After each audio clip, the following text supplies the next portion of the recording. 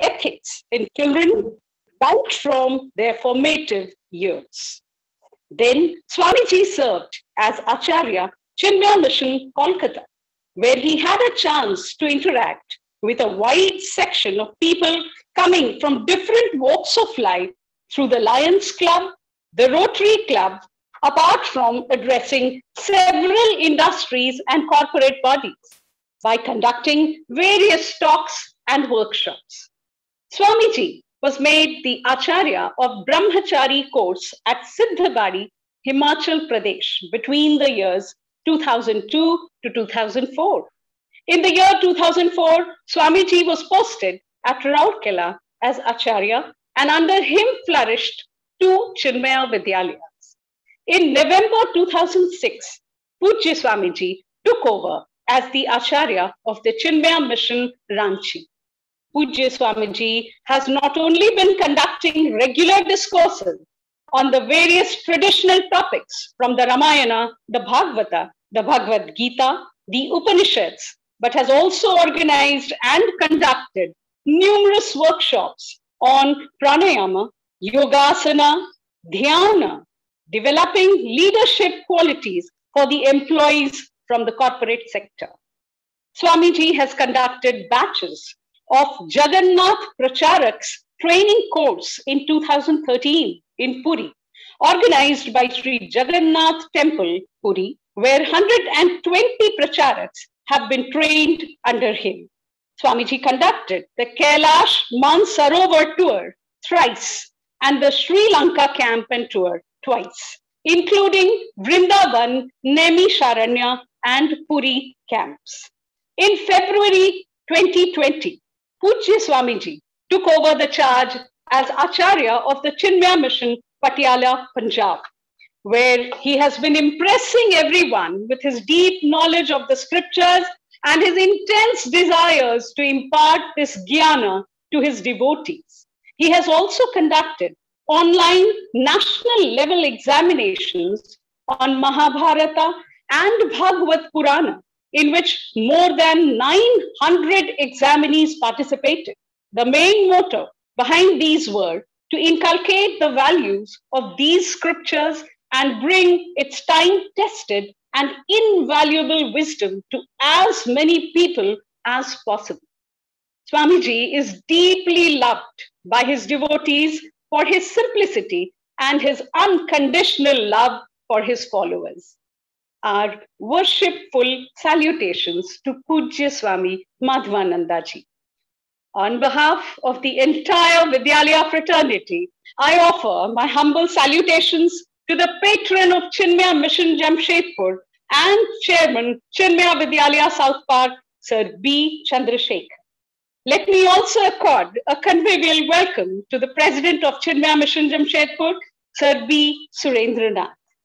I also extend a vivacious welcome to Sir Manas Kumar Mishra, Chairman, Vidyalaya Managing Committee, and affable welcome to Sir Vishnu Chandra Dikshit, Honorary Secretary, Vidyalaya Managing Committee. A cordial welcome to Madam Meena Wilku, Principal VBCV, and Madam Mickey Singh, Principal, Chinmaya Vidyalaya South Park. I also extend a warm welcome to the distinguished dignitaries of Chinmaya Mission, all teachers and parents on this stupendous occasion. Let us now converge on a prayer to activate a volitional connection with the Almighty.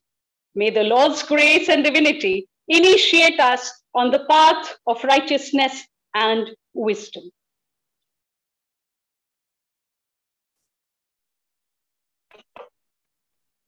Over to Sir Santosh.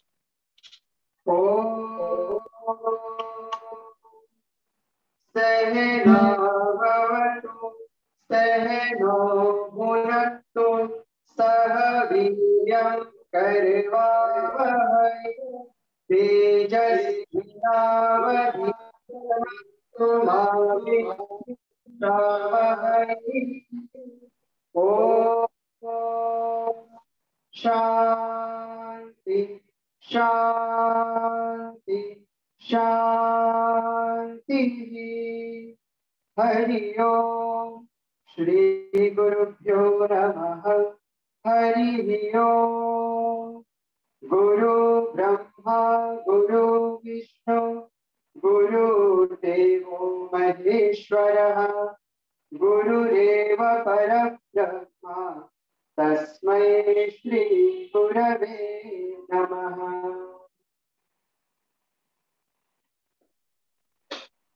On this propitious occasion, it is but imperative for this exalted assemblage to receive a distinctive welcome.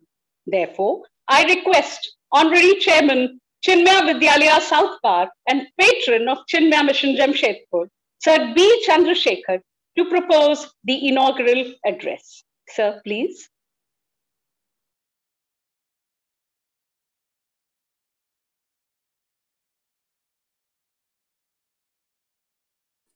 Unmute अभी आ गया. Can you hear me?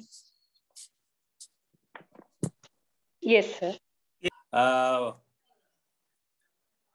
Most hearty welcome to His Holiness Swami Madhvananda ji.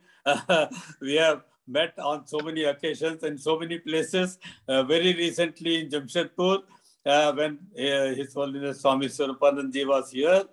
I have been following Swamiji's very, very active, in fact, I would say hyperactive activity level in Patiala. Every day of the day, every day of the week, every day of the month, every day of the year, he has been doing something, enormous service to the community and enormous service to the people like us all over the country. I follow with great interest what a level of activity you have been doing in Patiala. It is indeed his God's grace that you have been able to do all the time, constantly. Swamiji had been in various places, whether be it Rourkela, be it Ranchi, be it, and most importantly, he was Acharya in Siddhabari. Swamiji, it was indeed extremely very, very gracious of you to have spared a few days for our Bhagavad Gyan Yajna at the request of Jamshedpur mission. And we look forward to hearing you very eagerly. Thank you very much. Hari Om, Hari Om. Thank you, sir, for your motivating eloquence. Your gentle guidance has always been our guiding force. Lord is the knowledge principle, who is the source and the illuminator of all knowledge. Therefore, we prostrate to the sustainer of creation and the harbinger of auspiciousness. Revered Swamiji, I entreat you to light the sacred knowledge lamp. Let the divine light of knowledge bestow eternal erudition and imperishable haleness on all of us.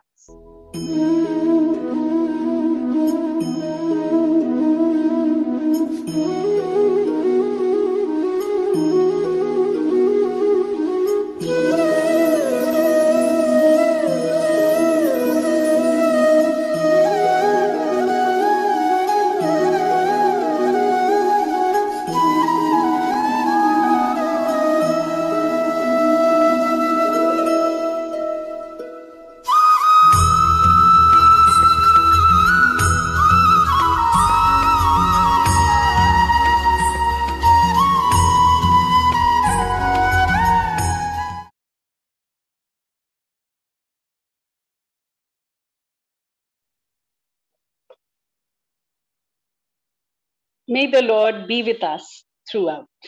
May I now request Pujya Swamiji to initiate the discourse. मेरे प्रवचन से पहले मैं ममता जी को अनुरोध करूंगा, जो Jagannath TV live मेरा प्रोग्राम कर रहे हैं. ममता जी, प्लीज कम.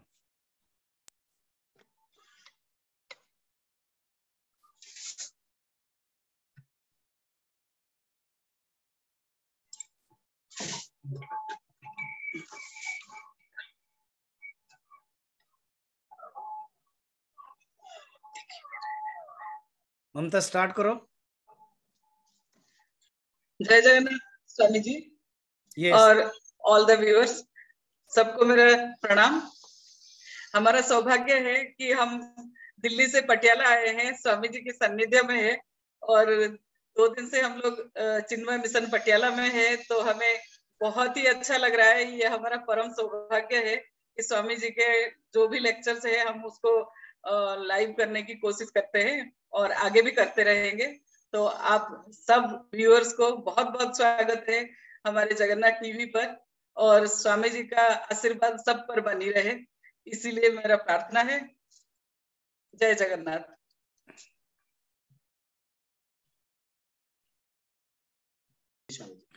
ओ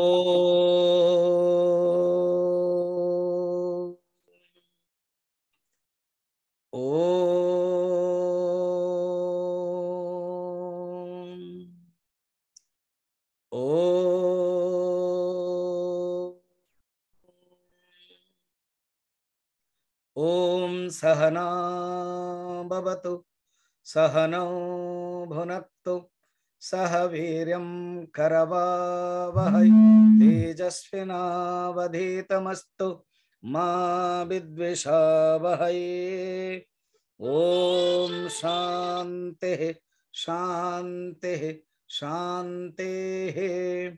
गुरुर्ब्रह्मा गुरुर्विष्णुः गुरुर्देवो महेश्वरः गुरुरेव परं ब्रह्म तस्मै श्री गुरवे नमः।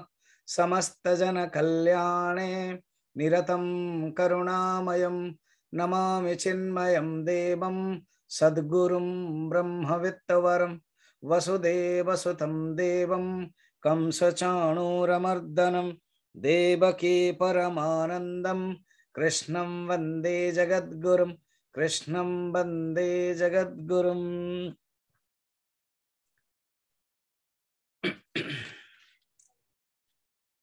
सच्चिदानन्दरूपाय विश्वोत्पत्त्यादिहेतवे तापत्रय विनाशाय श्रीकृष्णाय वयं नमः। आज से लेकर के 11 तारीख तक, 5 से 11 तारीख तक ये भागवत सप्ताह 1.25 घंटा करने की जो मेथड है वो हम लोग करेंगे। हम सबको पहले तो भगवानों को अपार कृपा कि हम लोग भगवान की कथा कर रहे हैं। तो ये जो भागवत कथा, ये पेंडेमिक में चिन्मय मिशन जमशेदपुर ने सुरेंद्र नाथ जी, चंद्रशेखर जी, 2 स्कूल के प्रिंसिपल, चेयरमैन, सब लोगों के मन में जो संकल्प आया है, ये जैसे टाटा एक सर्व भारतीय ही नहीं है, पृथ्वी तक एक वाणिज्य इंडस्ट्री के नाम पर मदद करते हैं। रतन टाटा जी को कौन नहीं जानता है, वो एक ऐसे आइकन पर्सनालिटी है। तो उसी के अंतर्गत हमारे दोनों ही स्कूल है, उन लोगों के सबके अंदर ये एक सुंदर भावना आई। तो हम सबको ये जो भागवत है पेंडेमिक में हम समर्पण करते हैं भगवान को, और ये जो भगवान के रूप में सब लोग है पेंडेमिक में जो अफेक्टेड है और सुरक्षा करने के लिए सबके लिए ये समर्पित है भागवत। और जैसे मैंने कहा है, सबका धन्यवाद देता हूं चिन्मय जमशेदपुर परिवार के, चंद्रशेखर, सुरेंद्र नाथ, दोनों principal Mickey and Meena, even हमारे विपिन शर्मा जो हमारे प्रिंसिपल थी, उनके साथ जब इनके टेन्योर में तो बहुत ही प्रोग्राम होता था। चंद्रशेखर ने ठीक ही कहा कि मैं जमशेदपुर से बहुत कनेक्टेड हूँ, रांची में रहते हुए हर कोई प्रोग्राम में मैं जाता था, एंड इसलिए अभी भी देखिए कनेक्टेड हो गए। तो लगभग 310 लोग कनेक्टेड है, और भी यूट्यूब में भी, फेसबुक में भी, और भी बाद में सुनते रहेंगे। बहुत सुंदर है। तो देखिए ये जो कार्यक्रम रखा गया है सिर्फ 1 घंटा 15 मिनट है रखा गया। आज केवल इनागुरेशन करने के कारण 15-20 मिनट गया, इसलिए डायरेक्ट कल से हम 6 बजे से लेकर 7:15 बजे करेंगे। ये कैसे प्रवचन होगा पता है? ये पहले बार मैं बहुत कम समय में करवा रहा हूँ। ये एक जैसे टेस्ट मैच है, आप जानते ही, मैं भागवत का तो पूरा टोटल बहुत बड़ा टेस्ट मैच करवा रहा हूँ। नवंबर 1 से शुरू हुआ और हालांकि वो उड़िया भाषा में है, वो सितंबर 15 तक चलेगा। ये कम बात है। नवंबर 1 से नवंबर, दिसंबर और ये सितंबर 9 महीना, 11 महीना चलेगा। तो ये बहुत लंबा है। 6:30 से 7:30 मैं मॉर्निंग 6:45 से कर रहा हूँ। पहले मुआ करते थे, अभी जगन्नाथ टीवी भी इसको व्यवस्था करवा रहे हैं। तो फिर भागवत 3 घंटा 2.5 घंटा ये सब कार्यक्रम होता है। बहुत दिया हूँ, जमशेदपुर में भी 2-3 बार दे चुका हूँ। तो ये ऑनलाइन के दृष्टि से 1.25 घंटा रखा गया। तो जब हमारे सुरेंद्र नाथ जी रिक्वेस्ट किया तो मैं मन में सोचा कि 1.5 घंटा है, मगर क्या करें कि 1 घंटा 15 मिनट करना है स्वामी जी। तो हमने सोचा कि अरे शास्त्र में लिखा गया एक क्षण भी भगवान का नाम लेने से पार होता है, तो उनके 1.25 घंटा उन्होंने दिया है, क्यों भगवान के कथा 1.25 घंटा भी न सुने। जैसे फुल लंच करेंगे तो वही चीज ब्रेकफास्ट में भी करने से भी संतुष्ट होता है। तो इसी को T20 नहीं T10 है, T10 के दृष्टि से देखें और हम प्रारंभ करते हैं। चलिए 2 मिनट भगवान का नाम लेते हैं। बिना भगवान का नाम से कुछ नहीं होता है। भगवान का नाम मैं लेता हूं और उसके बाद आप शुरुआत करेंगे। अब गोविंद जय जय गोपाल जय जय, गोविंद जय जय गोपाल जय जय, राधा रमण हरि गोविंद जय जय, राधा रमण हरि गोविंद जय जय, गंगा के जय जय यमुना के जय जय, गंगा की जय जय यमुना की जय जय, राधा की जय जय कृष्णा के जय जय, राधा की जय जय कृष्णा की जय जय, सीता की जय जय रामा की जय जय, सीता की जय जय रामा की जय जय, लक्ष्मी की जय जय नारायण की जय जय, लक्ष्मी की जय जय नारायण की जय जय, काशीपति शिव शंकर की जय जय, काशीपति शिव शंकर की जय जय, गोविंद जय जय गोपाल जय जय, गोविंद जय जय गोपाल जय जय, वृंदावन बिहारी लाल के जय भागवत महापुराण के जय सद्गुरुनाथ महाराज के जय वेद व्यास जी महाराज के जय सुखदेव जी महाराज के जय परीक्षित जी महाराज के जय सद्गुरुनाथ महाराज के जय नमः पार्वती पते हर हर महादेव। भागवत के क्या अर्थ है वो हम थोड़े समय विचार करेंगे, और भागवत की महिमा क्या है। विद्वानों में जैसे दी पायनियर में कोई एक अच्छा चीज लिया है तो उसको माना जाता है कि जैसे पद्मश्री, पद्म भूषण, टॉप भारत रत्न, अलग अलग सब उपाधि है ना। इसी प्रकार विद्वान में जैसे उपनिषद, भागवत, गीता, वेदांत शास्त्र, ये सब विद्वान लोग रमण करते हैं। उसमें से अगर किसी ने भागवत किया है तो कहते हैं वो सर्वश्रेष्ठ है। पहले भागवत की महिमा, आज भागवत की महिमा का प्रसंग है। हम प्रवेश करने से पहले शॉर्ट में, क्योंकि यहाँ पर लगभग 325 लोग सुन रहे हैं और भी सुनते रहेंगे। बहुत लोग टीचर्स है, पेरेंट्स है, डिवोटीज है, भागवत बहुत बार सुने भी हुए, मगर सुंदर एक संक्षिप्त रूप में हम सुनेंगे। भागवत के 3 अर्थ पहले पकड़ ले, जान ले। भागवत का 3 अर्थ क्या होता है? पहला अर्थ है भागवत माने भगवान। ओ हाँ, भगवत अयम इति भागवत, अर्थात जो भगवान के स्वरूप के बारे में वर्णन है वो भागवत है, भगवान ही भागवत। सेकंड है भागवत ग्रंथ, जिस ग्रंथ के बारे में हम पढ़ रहे हैं ना उसको भी भागवत कहते हैं, भागवत ग्रंथ। थर्ड है भागवत माने भक्त। अभी हम जड़ भरत पढ़ रहे थे, महाभागवत भरत के बारे में बताया। सोचो खाली भागवत नहीं, भागवत ग्रंथ में अगर अब जड़ भरत के लिए बताया जाएगा महाभागवत, प्रहलाद के लिए भागवत, विदुर के लिए भागवत, ध्रुव के लिए भागवत, तो भागवत माने भक्त भी भागवत है। 3 अर्थ हो गया। ये भागवत का ये जो भागवत तो शब्द है, इसका अर्थ क्या है? ये सुंदर श्लोक है।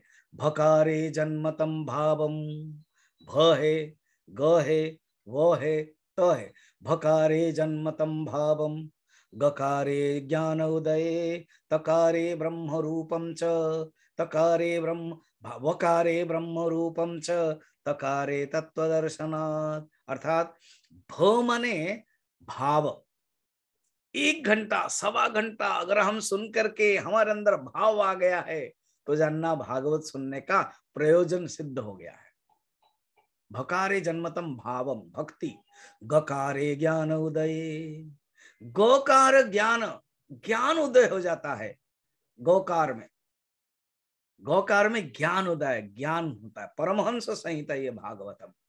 अभी हम देख रहे हैं जड़ भरत रघुगण को उपदेश दे रहे हैं, तुम शरीर नहीं हो, तुम कौन हो, तुम ब्रह्म हो, ज्ञान स्वरूपम ब्रह्म। ये जो शरीर के जो है वो व्यवहार मूलकम ज्ञान बता रहे हैं।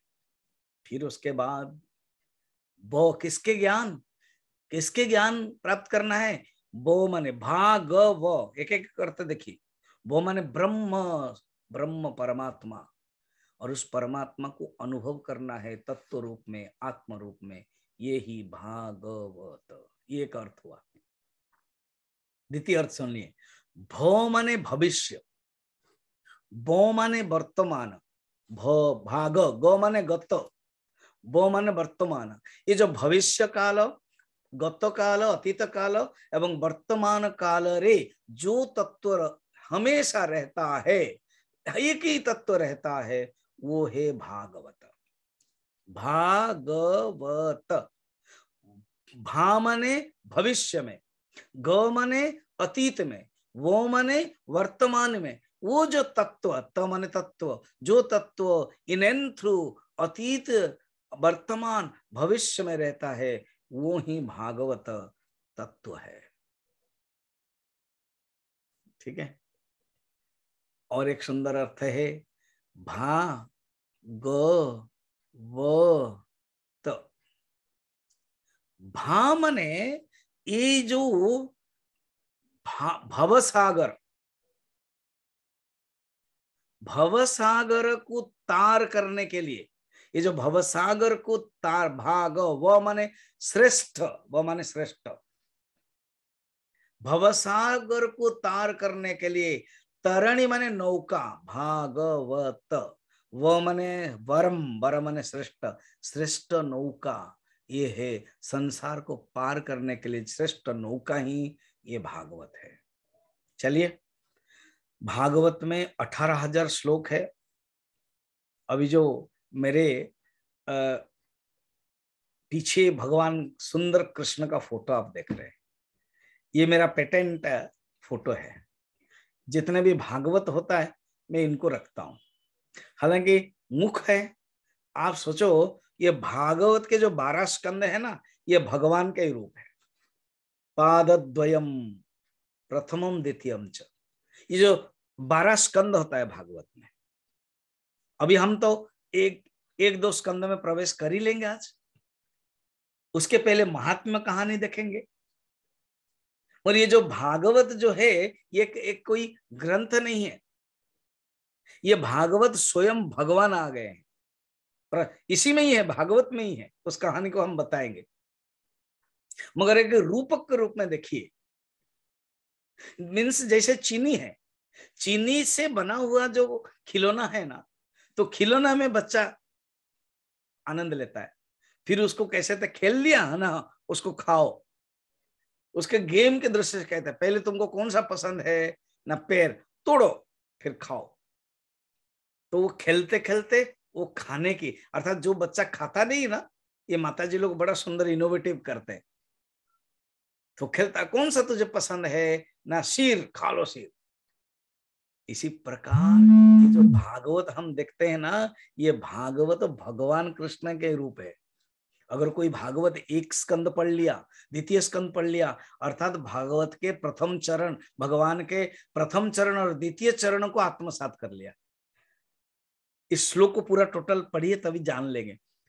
पादद्वयम प्रथमम द्वितीयम च, ये जो पादद्वय भगवान कृष्ण के है ना, आप कल्पना कीजिए पादद्वयम। जब आप भागवत सुनोगे ना, वे 325 श्लोक है, बहुत बढ़िया। कोशिश करो कि आप जो अपना मोबाइल से लैपटॉप से सुन रहे हो, आप भगवान के जो आपके पूजा रूम है ना, वहां बैठ के करो। जैसे अभी हमारे स्कूल के चिन्मय विद्यालय के, शायद दोनों स्कूल के पहला जो सीबी हमारे जो विद्या भारती स्कूल में वो मंदिर दिखाया गया था। स्टार्टिंग में ही हमारे स्कूल में है, कितना सुंदर स्कूल है ना, मंदिर है, गुरुदेव का फोटो है, भगवान कृष्ण का है, दोनों स्कूल में है। यहाँ तो साउथ पार्क में तो बढ़िया सुंदर मंदिर है, पूजा होती रहती है। अभी अभी पूजा शिवरात्रि हुआ था, अलग अलग पूजा होता है, हम भी देखते हैं। जैसे चंद्रशेखर बोल रहे थे ना, स्वामी जी पटियाला में आप जो कर रहे हैं हम जान रहे, आप लोग भी जो जमशेदपुर में कर रहे हैं हम जान रहे हैं, आपके ग्रुप में भी मैं हूं, बहुत ही सुंदर, धन्यवाद आर्या आप लोग। तो कुछ लोग बैठे हुए हैं, उसमें आप ऐसे ही बैठो, सोचो कि मैं भगवान के सामने बैठ रहा हूं और भगवान की वाणी सुन रहा हूं। कौन बोल रहा है बड़ी बात नहीं है, क्या बोल रहा है बड़ी बात है। क्योंकि मैं भगवान की वाणी बोल रहा हूं, क्या बोल रहा हूं, इसलिए कौन की मोह में आ जाती है। अब ये मीता इतना बता रही थी बायोडाटा, ये क्यों, क्योंकि भगवान के वाणी बोलने के कारण कौन बोल रहा है उनकी भी महत्ता हो जाती है। चंद्रशेखर भी, सुरेंद्रनाथ तो हमारे बड़े विनीत भक्त है, कितने क्लासेस ले रहे। मैंने कहा आप भी बोलो, नहीं स्वामी जी, मैंने कहा ठीक है लास्ट दिन तो बोलो थोड़ा सा धन्यवाद के ऊपर, क्योंकि उनको मैं कई साल से जानता हूं। अगर चिन्मय मिशन को रखे हैं एक भार के रूप में, वो खुद कंधे में रखते हैं, ये बात है। तो इसलिए इस भाव से हम सुनेंगे, कोशिश करें कहीं कनेक्टेड होगा, कहीं फोटो है, कहीं मंदिर में है, वहीं जाके बैठ जाओ। तो इससे क्या होगा कि आप लेटोगे नहीं, आप क्या करोगे, आलस नहीं होगे, भगवान के सामने बैठ रहे हो, तुरंत बार बार उठ करके पानी पीना, बाथरूम जाना, वो नहीं होगा। 1-1.25 घंटा जैसे फ्लाइट में हम बैठते हैं वो करते हैं, उसके लिए पूजा में दिग्बंध है, सोचो संकल्प कर लो मैं सुनूंगा। भागवत में जैसे यजमान होते हैं, संकल्प करते हैं। मैं जमशेदपुर में तो लगभग 5-6 बार जा चुका हूं भागवत करने के लिए। तो संकल्प आप करें कि हम 1.25 घंटा शाम संध्या के समय, त्रिसंध्या के समय, शाम को 6 से 7:15 मैं भगवान के पास ही अपना कमरे में बैठूंगा। जो हमारे स्कूल में है तो बहुत ही सुंदर, और जो घर में बैठे हैं वो अपने साथ में बैठूंगा और मैं सुनूंगा भगवान की कथा। तो आप सोचो, अगर कृष्ण के फोटो है उसको देखते रहो।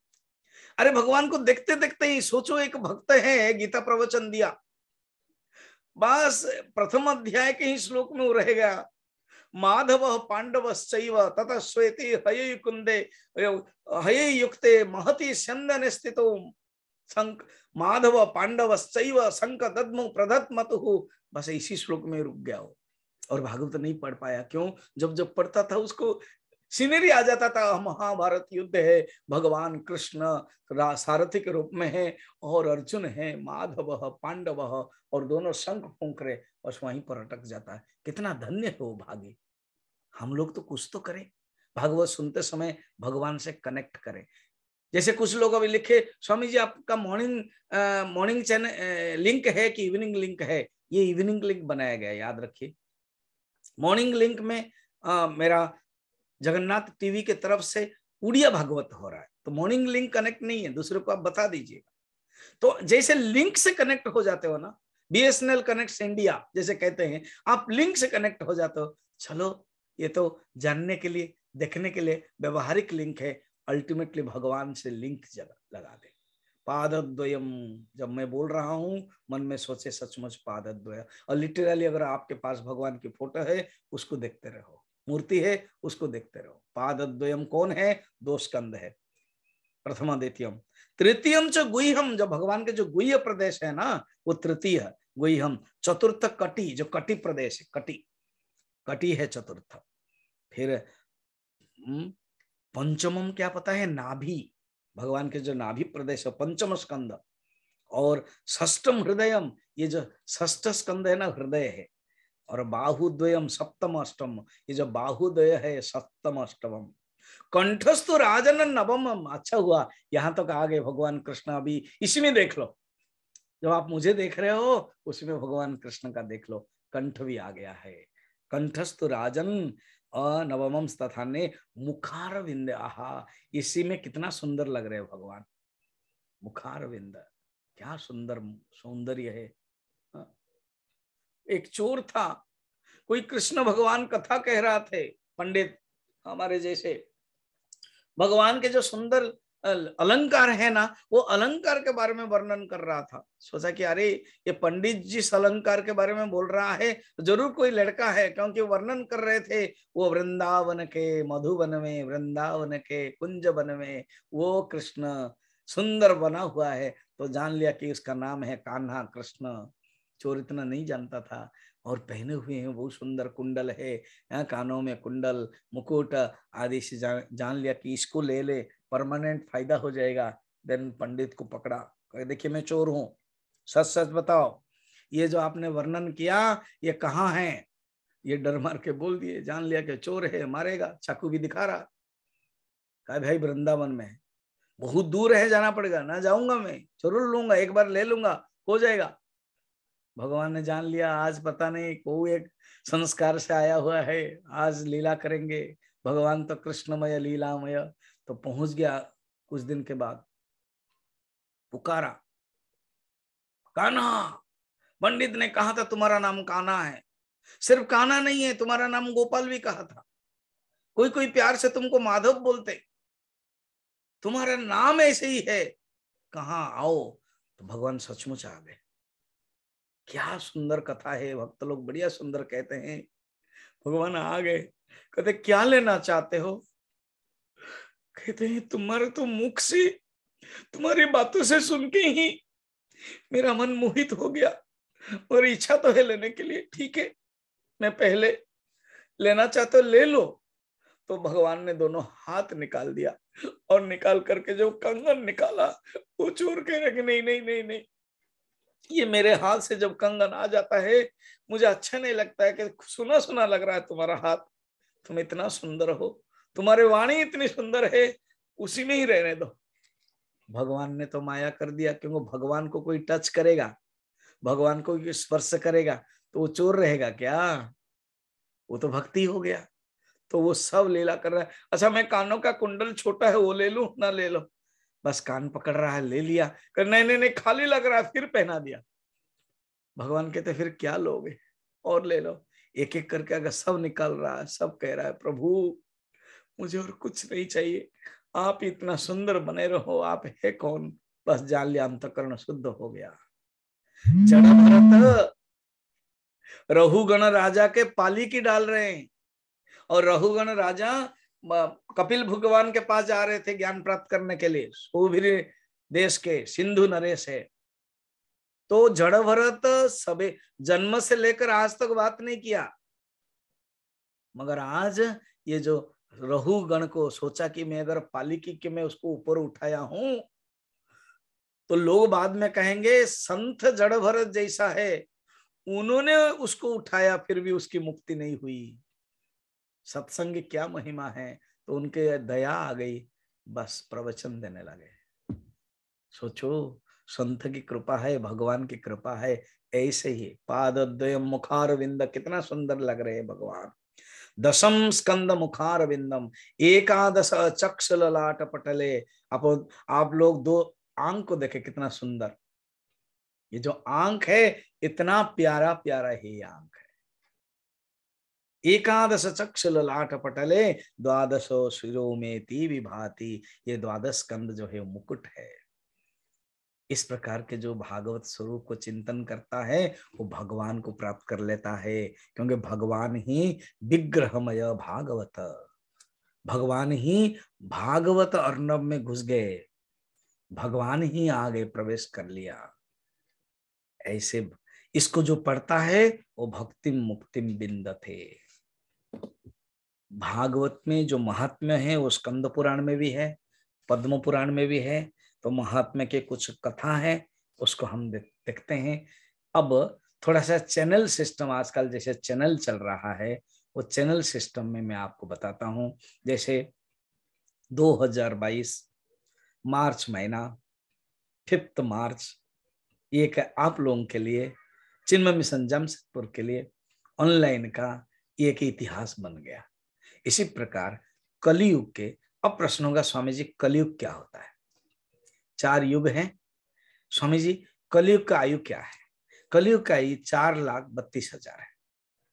अब स्वामी जी अभी कितना चल रहा है ना? अभी 5,122 कलयुग का चल रहा है, 5,122।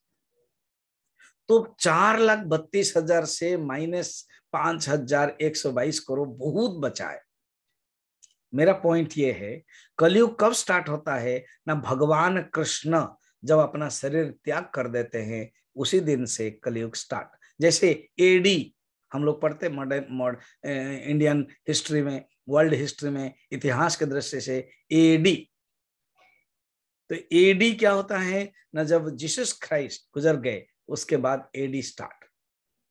बीसी बिफोर क्राइस्ट इसलिए बोलते। इसी प्रकार कृष्ण को आधार बनाया गया, भगवान कृष्ण को। तो कलयुग के 32 साल के बाद, 32 साल के बाद, रियली 30 साल के बाद, 30 सुखदेव परीक्षित, उसको बाद में आएगा। तो अलग अलग समय में हुआ था। अब मैं डायरेक्ट आपको, क्योंकि समय कथा है कम है, तो इसलिए डायरेक्ट है। जैसे आज मैं आपको कह रहा हूं, तो आप लोगों के लिए जैसे मैं आज कह रहा हूं और 350 लोग सुन रहे हैं, इसी प्रकार कलयुग के 300 साल के बाद, याद रखिए इतना, फिर मैं एक एक करके आऊंगा। कलयुग के 300 साल के बाद बहुत ऋषि लोग थे, ब्राह्मण लोग थे। उन लोगों ने सोचा कि क्या हम लोगों ने यज्ञ किया, हवन किया, फिर भी पेंडेमिक आ रहा है, फिर भी कोविड आ रहा है, उसके लिए क्या करना चाहिए? तो सब लोग बद्रीनाथ गए। जो लोग बद्रीनाथ नहीं गए हैं, जो जाने की इच्छा करते हैं, आप जा सकते हो, हम एक मौका दे रहे हैं। चिन्मय मिशन पटियाला की तरफ से उत्तरकाशी में कैंप कर रहे हैं। ऑलरेडी आप लोग स्कूल चिन्मय मिशन विद्यालय जमशेदपुर में कुछ लोग आएंगे कैंप में।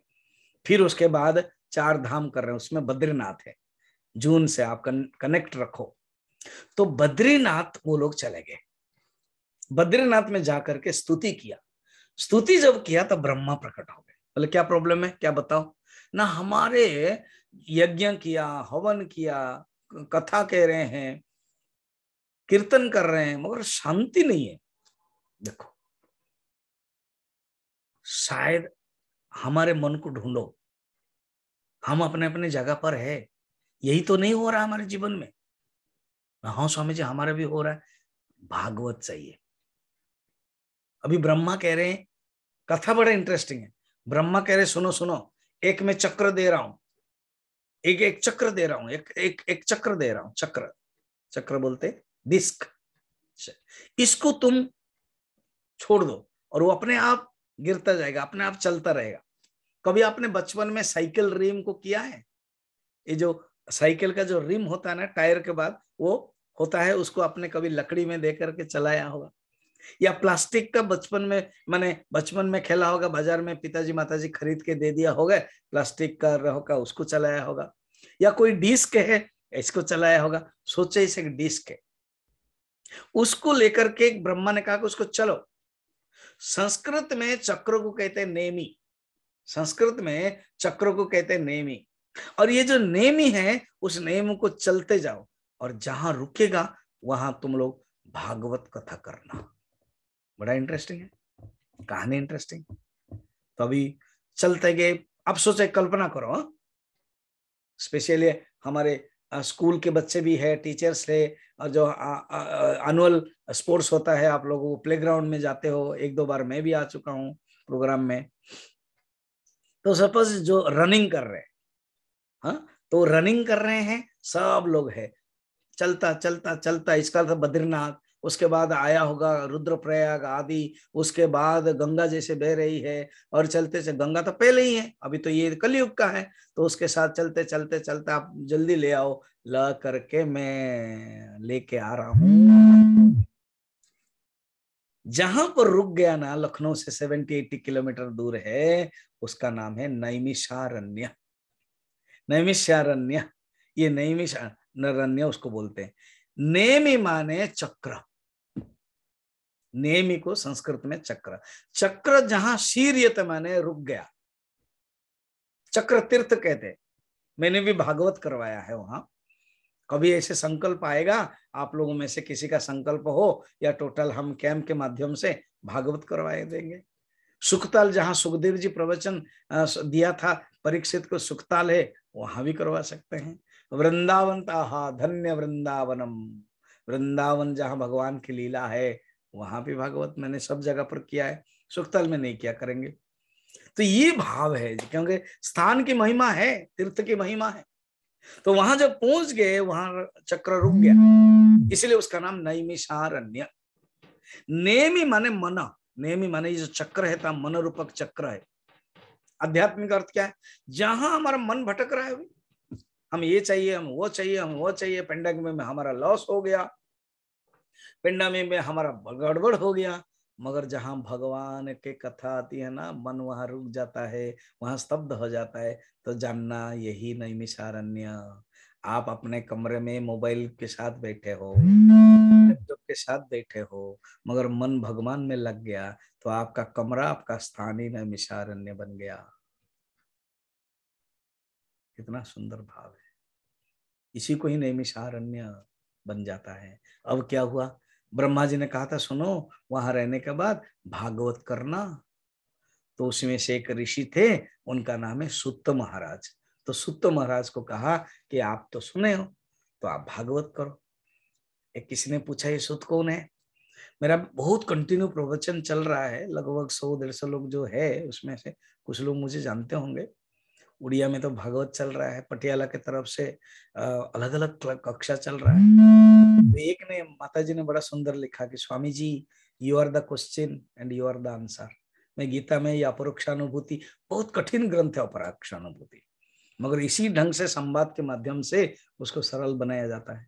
तो you are the question, you are the answer, you are the Sukhdev and you are the Parikshit, you are the Sut, you are the Saunak. तो इसी प्रकार देखो, क्वेश्चन में डाल रहा हूं, ये सुत कौन है? क्योंकि अभी तो हम लोग ऑनलाइन में हैं, सामने होता तो मैं पूछता, आप लोग तुरंत बोल देते। मैं जब जमशेदपुर में आता था, सब दोनों ही स्कूल में बड़ा इंटरेस्ट लेके सुनते थे। मीता बोल रही थी कि स्वामी जी आपको याद है ना, आप मुझे बोलते थे सारथी करके, तो ये से इसको प्यार बोलते थे, बोल रहे थे ना कि सब मुझे का सिंपलिसिटी हमको अच्छा लगता है, बस सिंपल बनना है। भगवान कृष्ण, भगवान राम यही बताते, यही बनना है।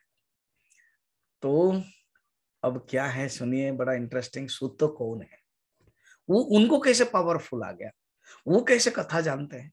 चलिए कथा को लेते हैं। भागवत कथा ही है, मगर उसके अंदर तत्व को सीखना है, जानना है। हमारा मन को इकट्ठा कर लेना, हमारा मन को एकाग्र कर लेना, ये नैमिषारण्य है। और उसके लिए एक गुरु चाहिए, उसके लिए एक सुत चाहिए। सुत कथा कह रही है, सुत है कौन सुने।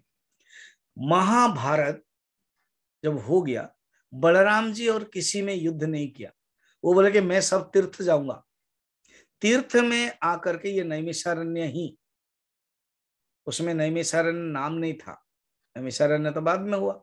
और एक नाम नैमिषारण्य है, भगवान एक असुर को, निमिष असुर को मार दिया था, इसलिए वो भी नैमिषारण्य कहा जाता है। तो ये जो नैमिषारण्य में सूत महाराज के पिताजी, उनका नाम रोमहर्षण। समझिए रोमहर्षण कौन है?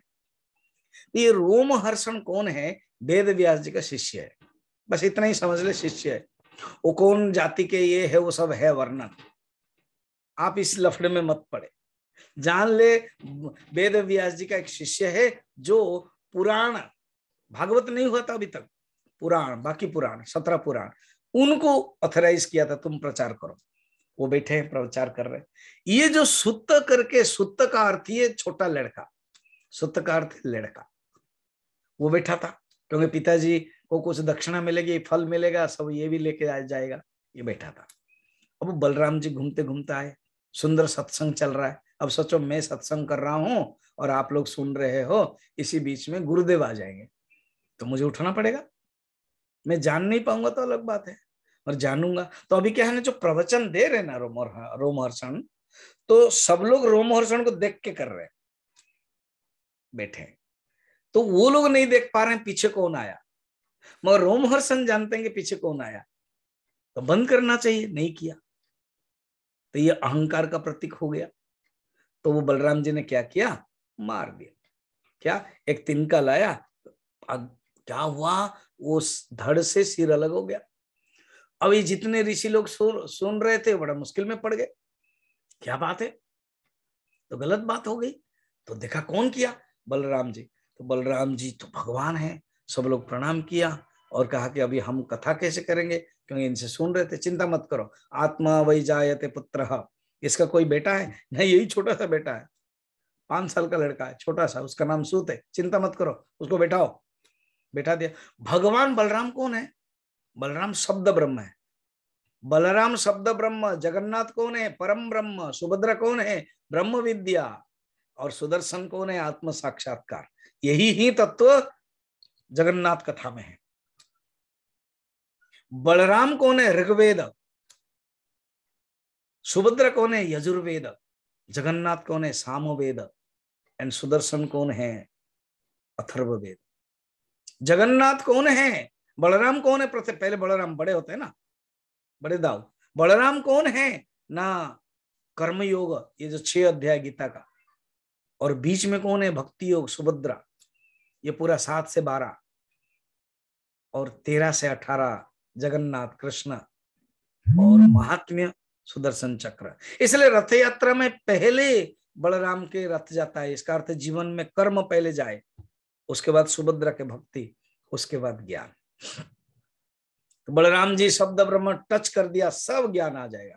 कहे इसको, तो किसी ने कहा ये तो बच्चा है, भूख लगेगा तो उठ जाएगा, प्यास लगेगी तो उठ जाएगा, सोच आएगा, सोच माने पेशाब, लेट्रिन, बाथरूम, टॉयलेट, ये तो कंट्रोल नहीं कर पाएगा, उठ जाएगा।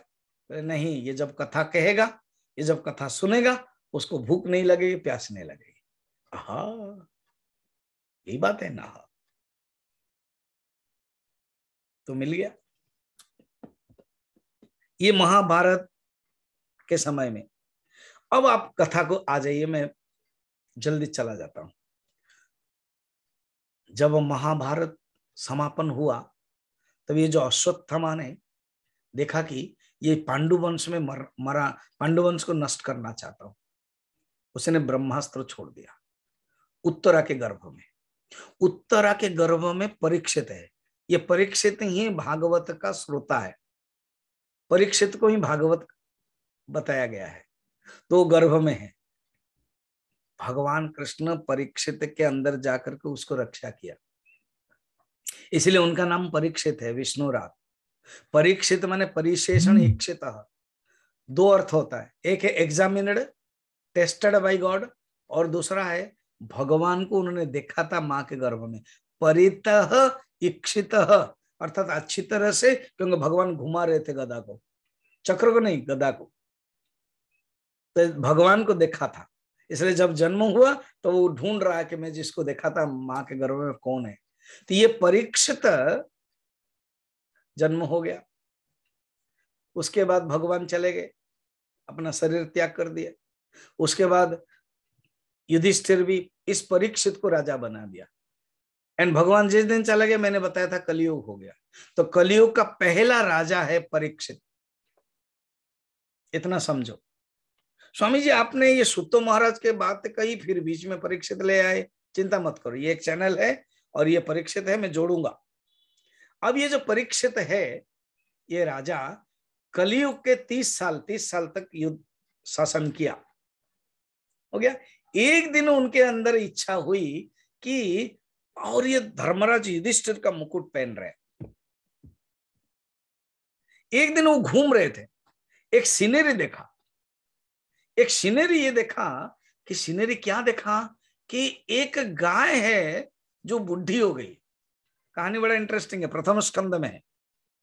जो गाय है वो बुढ़ी हो गई है, और एक जो बैल है वो 3 पैर नहीं है, एक ही पैर में खड़ा है। और इन दोनों को एक शूद्र आदमी राजा ड्रेस पहना हुआ है मार रहा है। तो परीक्षित ने कहा कि अरे ये युधिष्ठिर का राज्य है, जो युधिष्ठिर धर्मराज है उन्हीं के मैं दायाद हूं, और मेरे राज्य में इस प्रकार के अन्याय अत्याचार। रुके घोड़ा से निकाले, कौन हो तुम पूछा। ना माफ करे मैं बताऊं ना, हाँ मैं हूं कली, और ये जो ये गाय है वो पृथ्वी माँ, और वो जो बैल है वो धर्म। तो पृथ्वी माँ और धर्म को कली का अत्याचार रहेगा ही। कलियुग है। जैसा आपको राजा बना दिया गया तो मुझे भी बना दिया गया कि मेरा शासन रहेगा। बोले नो, तुम मेरे राज्य में नहीं रह सकते हो। ना माफ करें, रहना तो पड़ेगा, क्योंकि आपका शासन मेरा शासन, आपके युग मेरे युग में ही आपको शासन करना है, इसलिए आप मुझे नकार नहीं सकते। तो बोले ठीक है सार्वभौम राजा परीक्षित कहते 4 जगह देता हूं, रहो उसमें। ना बताइए कौन सा। ना पहले तो जहां जुआ खेल होता है ना, पशा खेल, वहां तुम रहो, ठीक है। और बताइए, और सुनो, जहां पर जुआ खेल होता है तो वहां रुको, वहीं रह जाओ। और जहां पर स्त्री लोग रहते हैं, जो कलह, वहीं रहो, वेश्य आदि गमन में, ठीक है। तृतीय है जहां मद्यपान, जहां मद्य पीते हैं, शराब पीते हैं, वहीं रहो, ठीक है। बताइए, और जहां हिंसा होती है, मार काट होते हैं, वहीं रहो।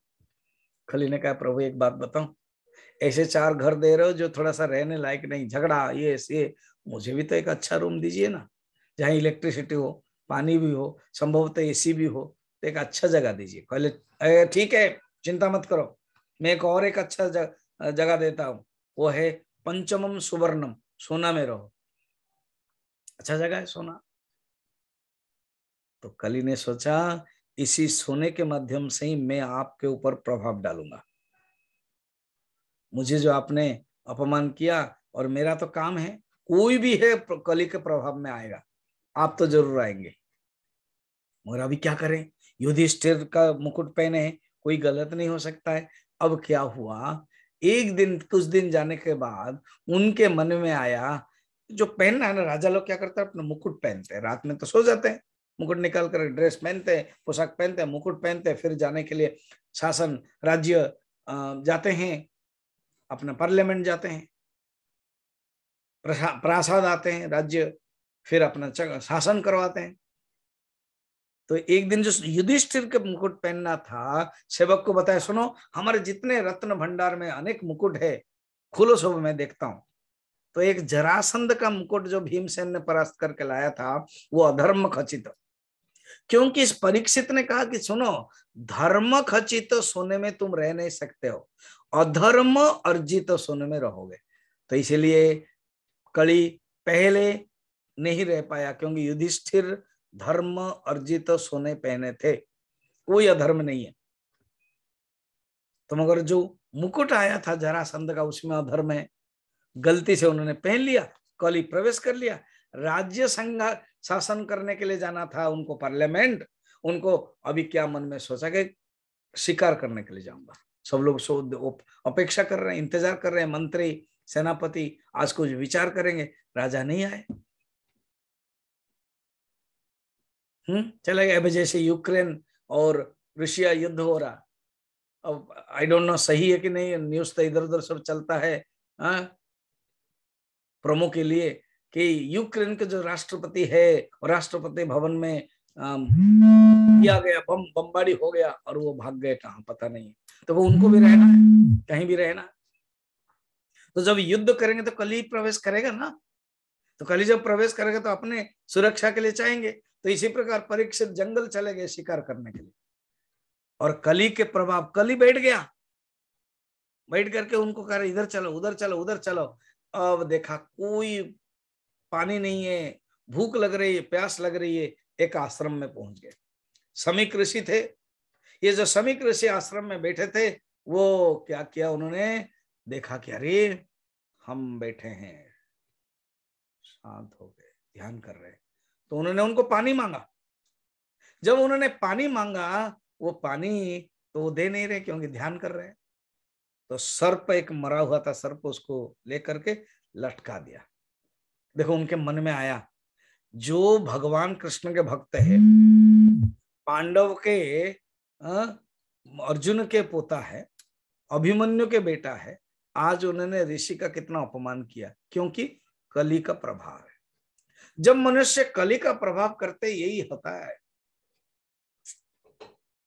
इस प्रकार के होता है। तो इसीलिए उन्होंने क्या किया, सांप डाल दिया आगे। कली खुश हो गया, फिर भी आकर के रखे, मुकुट जब निकल गया, कली निकल गया।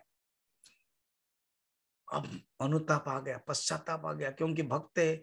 उन्होंने कहा कि मैंने गलती कर लिया, मुझे दंड मिलना चाहिए। बस सोच ही रहे थे। इधर कहानी देखिए, समीक ऋषि के गले में सर्प, एक शिष्य देख लिया, उनके पुत्र का नाम है श्रृंगी। श्रृंगी स्नान कर रहा था कौशिक नदी में, बता दिया पता है एक राजा है परीक्षित, उन्होंने तुम्हारे पिताजी को अपमान किया। वो ना आओ ना ताओ, सुनते ही कौशिकी नदी के पानी पकड़ा और कहा 7 दिन में परीक्षित मेरे पिता जो अपमान किया, 7वें दिन में तक्षक ध्वंस करेगा। परीक्षित को अभिशाप हो गया, 7 दिन में मरेगा। खबर भी आ गया। समीक ऋषि ने कहा कि जाके खबर दे दो। अब वो चिंतित हो रहे, कैसे प्रवचन, माने कैसे करूं, 7 दिन में मर जाऊंगा। अब इस कहानी को इतना ही रखें, ठीक है। ये हो गया श्रोता। ये जो प्रथम स्कंद है ना, ये है अधिकारी निरूपण स्कंद। ये जैसे कोई पिक्चर आप देख रहे हो, कास्टिंग सुन रहे हो ना, कास्टिंग में हीरो कौन है, हीरोइन कौन है, डायरेक्टर कौन है, प्रोड्यूसर कौन है, कोरियोग्राफी कौन है, ये सब वर्णन, लाइट एंड साउंड आदि सब वर्णन है। तो इसी प्रकार भागवत में वर्णन है। अभी जो श्रोता के बारे में आपने इतना तक सुन लिया, ठीक है। एक जो रिले करने वाले वक्ता है, वो भी सुत महाराज के बारे में थोड़ा सा सुन लिया, मैं भी जोड़ूंगा। और इनके लिए जो डायरेक्ट वक्ता है वो कौन है, सुन लीजिए। आज हम सुखदेव के जन्म के बारे में बताएंगे, तभी टाइम होगा। वेद व्यास जी बहुत दुखी थे। अभी वेद व्यास जी को ला, कहानी को अपने अपने जगह पर रखो, फिर जोड़ेंगे। वेद व्यास जी दुखी थे। प्रथम स्कंद की कथा है सरस्वती, जो बद्रीनाथ की कथा आ रही है ना, अगेन बद्रीनाथ है। आपके मन में ना बद्रीनाथ के जो देखा नहीं है, जो और देखना चाहते हैं, संकल्प करो। अरे कब क्या शरीर चला जाएगा, कब जीवन चला जाएगा, कुछ पता नहीं है। जो अच्छी चीज कर लेना चाहिए, याद रखना। तो क्या हुआ, बद्रीनाथ में उनका आश्रम है, सम्यापास आश्रम, सरस्वती नदी बह रही है।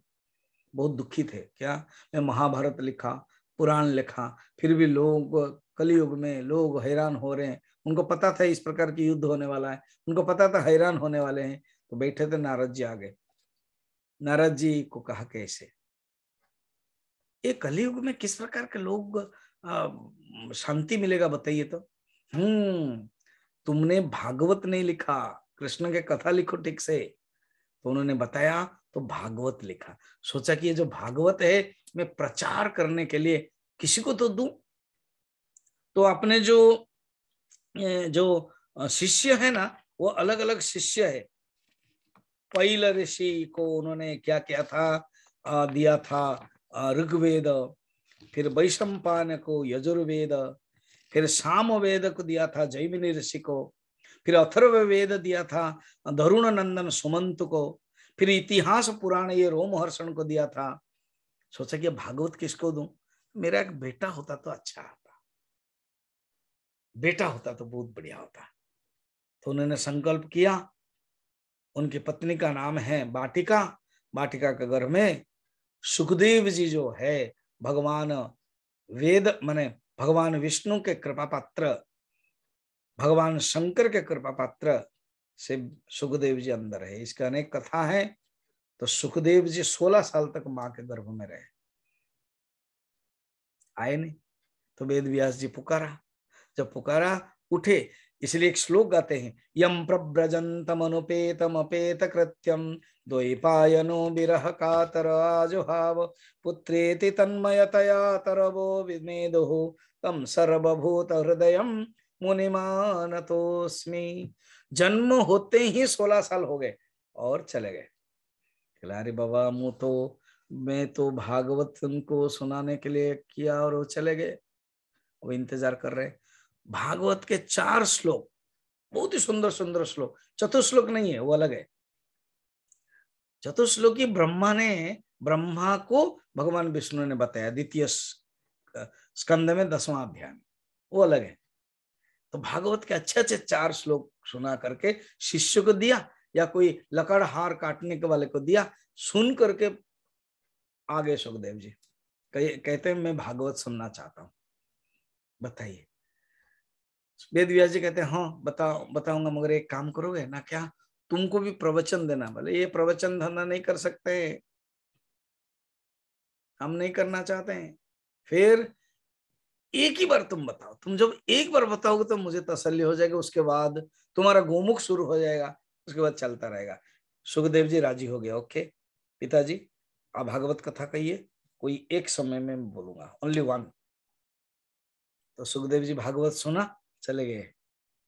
अब सुखदेव जी उनको वो जानते हैं कि परीक्षित को सुनाना है। परीक्षित अभी सुखताल में गंगा नदी के किनारे प्रायो उपवेशन, एक होता उपवास। उपवास माने क्या है कि उपवास का अर्थ है उपवास, खाना नहीं खाना। प्राय मरते दम तक खाना छोड़ देना, अन्न छोड़ देना। 7 दिन तो बाकी है। अच्छा ये आध्यात्मिक रहस्य देखिए, ये परीक्षित माने हम लोग एक जीवात्मा है, हमारे जीवात्मा 7 दिन में मरेंगे। माने सोमवार से लेकर रविवार गिनो, 7 दिन होता है। अतीत में जितने भी मरे हैं 7 दिन में, मर रहे हैं 7 दिन में, मरेंगे भी 7 दिन में। मंडे टू संडे, कभी न खाओ अंडे, ऐसे कहा जाता है।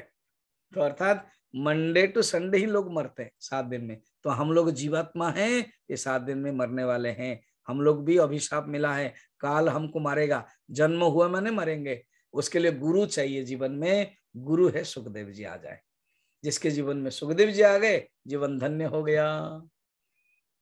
तो अभी वो बैठे हुए, सुखदेव जी के मन में प्रेरणा आ गई है और आकर के बैठे, उनको पूजा करते हैं और सुखदेव जी की कथा सुनते हैं। अब बताए स्वामी जी, ये जो सुत महाराज कथा बीच में कहा था, ये कहां से आ गए? देखो सुत ये भागवत के पहले बलराम जी ने उनको शक्ति दिया था। ये तो महाभारत के समय चल रहा था ना कथा, वो वाला पहला वाला। ये तो बाद में हुआ। महाभारत तो द्वापर युग में ही, कलयुग हुआ नहीं। ये कलयुग के ही राजा हैं, तो उनको जो मिला है पावर शक्ति, अभी तो बड़े हो गए हो, छोटे थे उस समय। तो सब ऋषि लोग सुन रहे हैं, ये भी सुन रहे हैं, मगर सब लोग खाना पीना खाने के लिए उठ जा रहे हैं। जैसा अभी 7-10 हुआ, मैं अभी आरती करके बंद करवाऊंगा, तो लोग क्या करते, उठ जाते थे। सुखदेव जी कंटिन्यू बोलते थे, परीक्षित सुनते थे। इसी में ये सुत महाराज भी सुनते थे, ये उठते ही नहीं थे। उनको हाईएस्ट नॉलेज है, उनको तो भूख प्यास लग नहीं रही ना। तो इसलिए 3 ही लोग ही टोटल भागवत को जानते हैं, एक बोलने वाला और 2 सुनने वाला। एक बोलने वाला सुखदेव और एक परीक्षित, जो अपने 7 दिन से मुक्त होना है सुनते सुनते। और ये सुनना है क्योंकि देखो भगवान की लीला है, बाद में यही बोलेंगे। क्योंकि सुखदेव जी तो पिताजी को कह दिया था मैं एक ही बार बोलूंगा, उसके बाद नहीं बोलूंगा। अब कोई ना कोई धारा तो लगनी चाहिए। जैसे वो होता है ना, जो रिले रन होता है, तो एक रिले दूसरे को दे देता है। तो सुखदेव जी ने रिले कर दिया, इन्होंने ग्रहण कर लिया सुत महाराज। ये सुत महाराज ही जब कलयुग के 300 साल हुआ, अभी चक्र तीर्थ नैमिषारण्य में कथा कह रहे हैं। अब जब कथा कह रहे हैं तो 6 प्रश्न पूछते हैं। उसमें कौन है? 86,000 ऋषि है, उसमें से एक ही क्वेश्चन पूछते हैं, वो सोनू। 6 प्रश्न क्या, सुन लीजिए। सहज साधना क्या है? समस्त शास्त्र, अनेक शास्त्र है, शास्त्र का सार क्या है?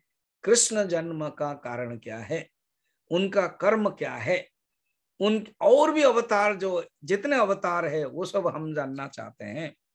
और धर्म कलयुग में किसके शरण में जाता है? ये 6 प्रश्न सुत महाराज पूछते हैं। सुत महाराज को शौनक पूछते हैं। अब परीक्षित सिर्फ एक ही पूछते हैं, क्या मरण धर्मा व्यक्ति को क्या करना चाहिए? अभी मैं मरने वाला हूं 7 दिन में, आप मुझे बताइए।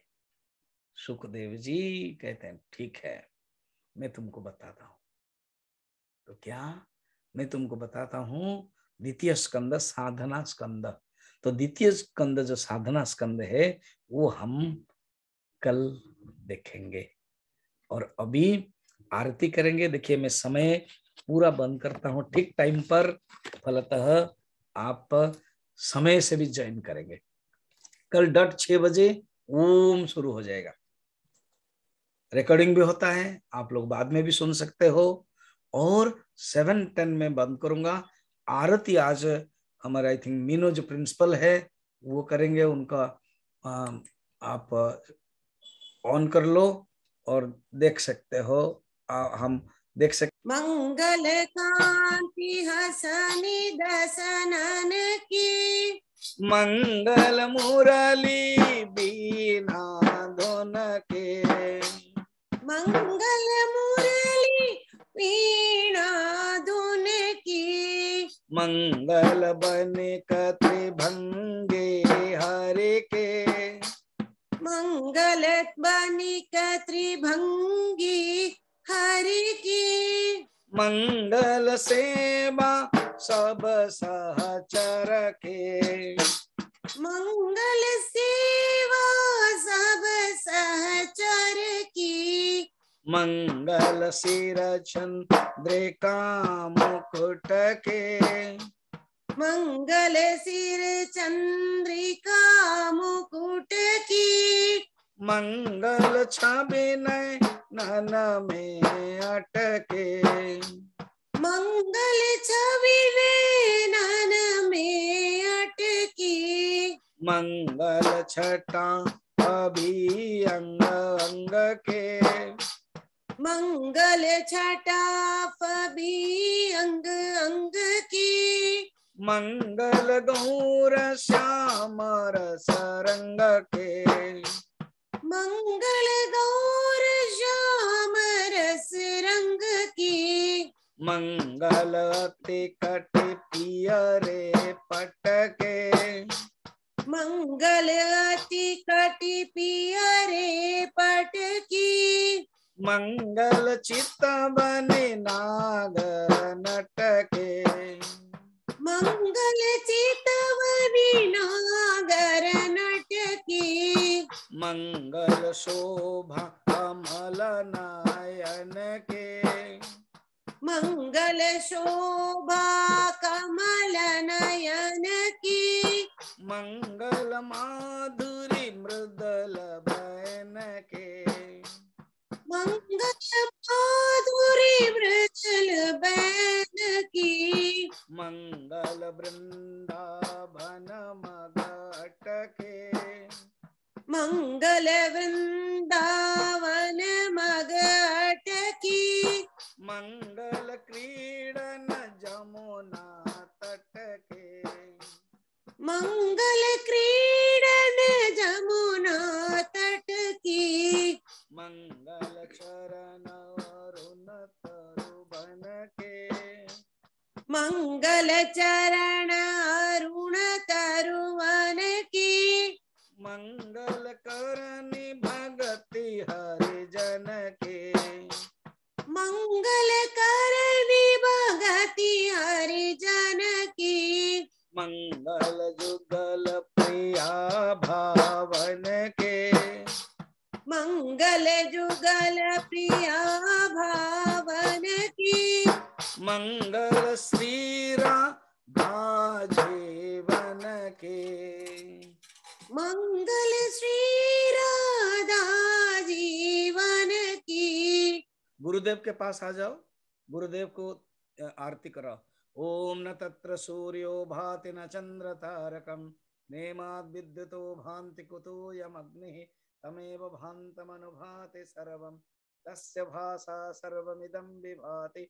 बोल श्री सद्गुरुनाथ महाराज के, वृंदावन बिहारी लाल के, भागवत महापुराण के, सद्गुरुनाथ महाराज के।